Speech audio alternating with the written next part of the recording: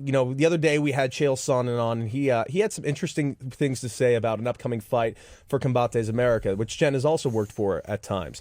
And he mentioned a fight between Tito Ortiz and Alberto El Patron, both of which, but also was Alberto Del Rio in WWE, in WWE, and he's a very good professional wrestler. He's also had quite a few MMA fights. And Tito Ortiz, of course, a UFC legend, Bellator, you name it, he's fought there. And, we're really excited to have him on the show today. Tito Ortiz, welcome to Swings and Misses, man. It's really good to meet you. Pleasure, man. Thanks for having me on the show. I appreciate it. No, thanks for coming on. Yeah, really cannot stress enough. I mean, there's nothing really to beat around the bush. I mean, I'm sure you heard what Chael had to say about your upcoming fight with Alberto at Combates America. We actually have the clip. If you don't mind, we'll play it for you. Yeah, please. I only heard a little bit, but always the stuff that he talks is bullshit. So Go for it. Alberto Del Rio versus Tito Ortiz. Do you have any thoughts on this matchup? Well, and I don't know if it's a fight or if they're doing a wrestling match. Oh, it's a I fight. It's MMA. Well, I know they're calling it a fight, but what I'm just suggesting for you ahead of time, I think that it's what we call a work, which is where everybody's in on the gag and you have a plan, you go out there and let's go when the finish is supposed to come. And I only say that because of Del Rio's history. Del Rio is actually a legitimate tough guy.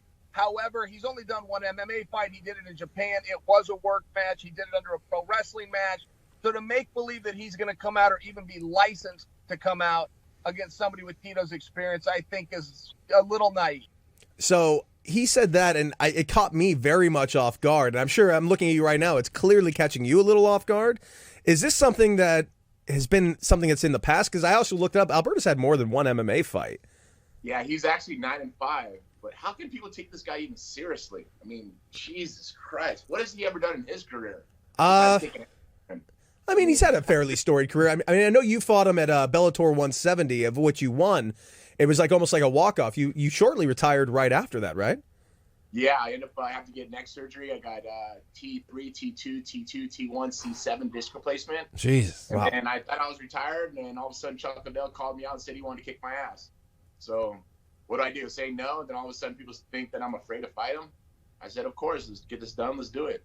We did it in the last about 4.5 minutes, and he was out cold. Yeah, well, I mean, your career goes without saying. You've had a legendary MMA career all the way back to the years at UFC. In fact, you have a 30 for 30 just now coming out between you and Chuck Liddell, correct? Yeah, it was a lot better than the first one I seen. I know it went through 19 edits due to Dana White. He just wouldn't agree upon the things that they were trying to tell the true story. And it came out well. The first one that I seen that I got the 19th edit, it was just completely biased towards myself. It was all about Chuck and UFC and Dana, how they were against me and how bad of a person I was, that I was afraid to fight Chuck and this and that and this and whatever. But I went to him, I go, you guys can't do that, man. You guys are assassinating my character. You guys cannot do that. You guys got to tell the truth. That is lies. And I got the second edit, the 20th edit, and I was able to see it. And I said, okay, thank you guys. Michael Brown, who's the director of the film, he took care of me. I'm very, very thankful. He got to show me in somewhat of a good limelight. They still were able to make me look bad. Yeah, I mean, I did read that elsewhere, that what you're saying right now. I did read that Dana White was almost not necessarily sabotaging the film, but really kind of putting the screws to you a little bit. Why is that? Where did this borderline feud start and come from? Well, I think the starting point was really when I was asking for more money. These guys were making more money, so cut us into the pie. Instead of cutting us in on 4% of the net profit, cut us in on 20 to 30%.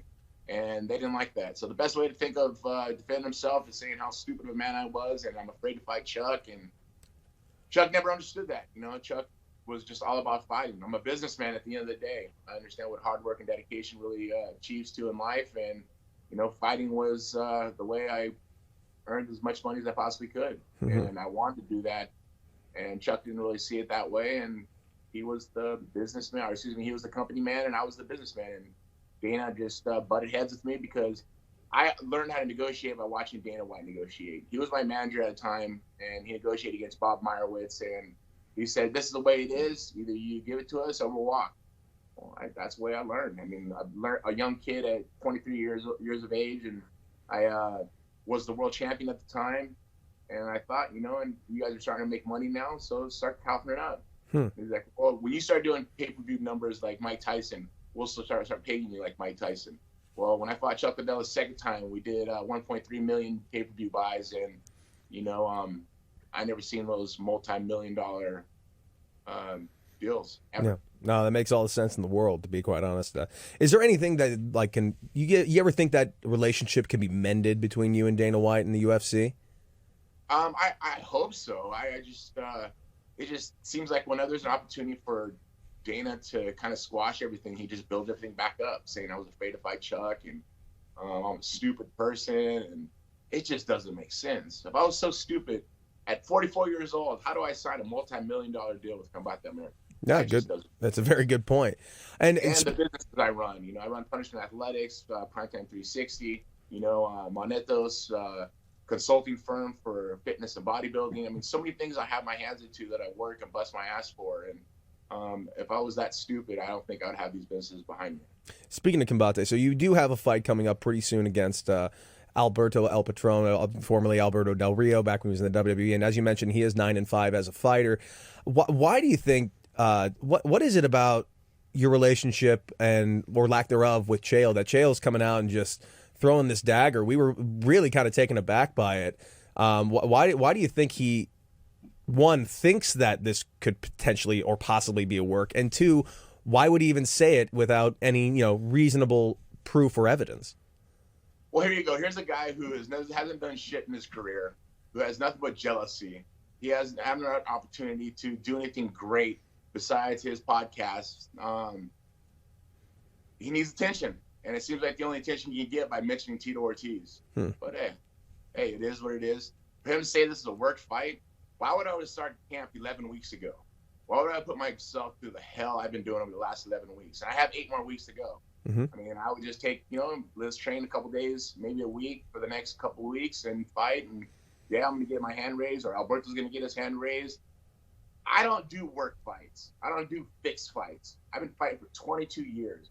Former UFC light heavyweight champion. 5 times I defended that world title. I've made millions and millions of dollars by what I do, and that is fight. When it becomes the competition of stepping in the cage, fighting against another man, it's not about the money anymore. Mm-hmm. It's about me getting my hand raised. It's about my name. It's about my legacy. And for him to try to tarnish my legacy by saying this is a work, are you allowed to cuss on your? Oh yeah, you say whatever. Say whatever the fuck you want. That guy with the double fist or double fingers up. Fuck. He's the jack off. Let me tell you, man. Chael, if you're looking for your ass to be whooped, keep talking your shit, dude. And once you come over to Combate, let me smash you in Combate's cage. Because I already smashed you in Bellator's cage, and this time I'm not gonna choke you.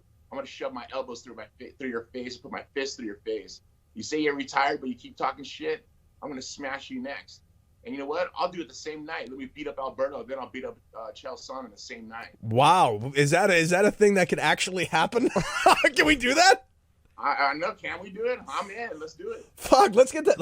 Let's get the president Combate on the phone. Let's get this done. Yeah. Fuck. Let's get 2 fights on one night. Oh man, the buy rate will be through the roof. Twofer. Yeah. Oh man, I'm all for that. Holy shit, I would love that. Not to get away from the Chael thing, but so you do got Alberto in the ring, in the cage. How you feeling about it? How's your body feeling? Do you have any type of relationship with Alberto? Is there any bad blood into this fight, or is this more of like a gentlemanly kind of planned fight? Boy, I don't think really bad blood.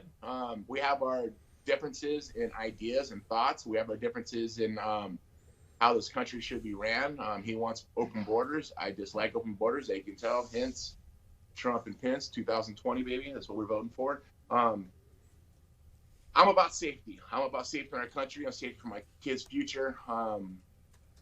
Having our military strong and being a strong country again. And Trump is doing that. Trump is saying what all of us Americans wish we could say. We finally got somebody who's in the White House who's not a politician. Someone who is willing to put forward our country, and that's what's super important. He's going to drain the swamp as he's doing and expose all these Democrats of selling our country to the highest bidder. And to be a billionaire, you can't buy out a billionaire, and that's what Trump is, and that's who I support. And Alberto Del Rio doesn't believe in that. You know, he believes in open borders. Anybody should be able to come across and come over. And I broke it down simple to him. You know, I said, Alberto, so at your home, would you let anybody in your home? He goes, yeah, of course. All right, cool. Well, if that person came to your home and he didn't pick up after himself, he ate your food, he left trash around the house, didn't pay for utilities, didn't pay for rent, would you allow that person in your home anymore? He goes, hell no. Okay, cool. Let's flip the coin on that. Now the person comes in your home and you know who it is. You know his background. You know what he does. And he works hard. He comes in your house. He cleans up after himself. He actually cleans up after you once in a while. He pays for some of your bills. He pays for his bills. Would you like a guy in your house? He goes, well, yeah. Well, that's exactly what we're trying to do in the United States. And people don't get it. People don't understand it. But there's so many people that believe in that. They're just too worried about other people threatening them and taking the hate. And hate is taking over this country, and we need to fix that. You know, we can be diverse and think differently, but you know, I may agree upon some of the things that you like. You may not agree upon the things that I like. But you know, at the end of the day, we're Americans, and we come together and make things happen. And I definitely agree with you when it comes to putting aside hate and coming to compromise. That's for sure. Yes, I mean, and compromise is huge. You know, I think with Alberto Del Rio, that's what's going to be ended up. One thing that we're going to sit in a cage and we're going to fight. And at the end of the fight, we'll see how he feels, and I know how I'll feel, and I'll have my hand raised, and there'll be another fighter in my belt. Well, you do have this fight coming up on December 7th, 2019, Saturday night, live on pay-per-view television in the U.S. Takes place in the Payne Arena in Hidalgo, Texas. That's pretty damn close to the border. That's on the border, actually. Smack dab on the border, man. That is literally, I think, like 5 minutes away from the border. Wow. So it's going to be exciting. It's going to be really, really exciting. All right. Well, I mean, I am really looking forward to this fight. You know, I appreciate having you on today. Is there anything else you would like to get out there, Tito? Yeah, and of course, people go on my Instagram. It's Tito Ortiz 1999. I started my YouTube channel here about 6 weeks ago on my sixth episode that I let out yesterday, and it'll be released episode. Was it 1 of 3 was yesterday? We do number 2 today, and tomorrow will be 3 of 3. So it'll be of the PR tour that I did in New York with Alberto Del Rio, and of course having lunch with Eric and Donald Trump Jr. Some pretty cool stuff, man. Some cool stuff that I'm putting on my YouTube. Of course, it's my life of training and some inside story life of myself and my family and things I do with fishing. Just kind of bringing people into who Tito Ortiz truly is. Okay. And of course, check it out on Instagram at Tito Ortiz 1999. Just click the link of my YouTube, and it's called Tito Ortiz Uncaged.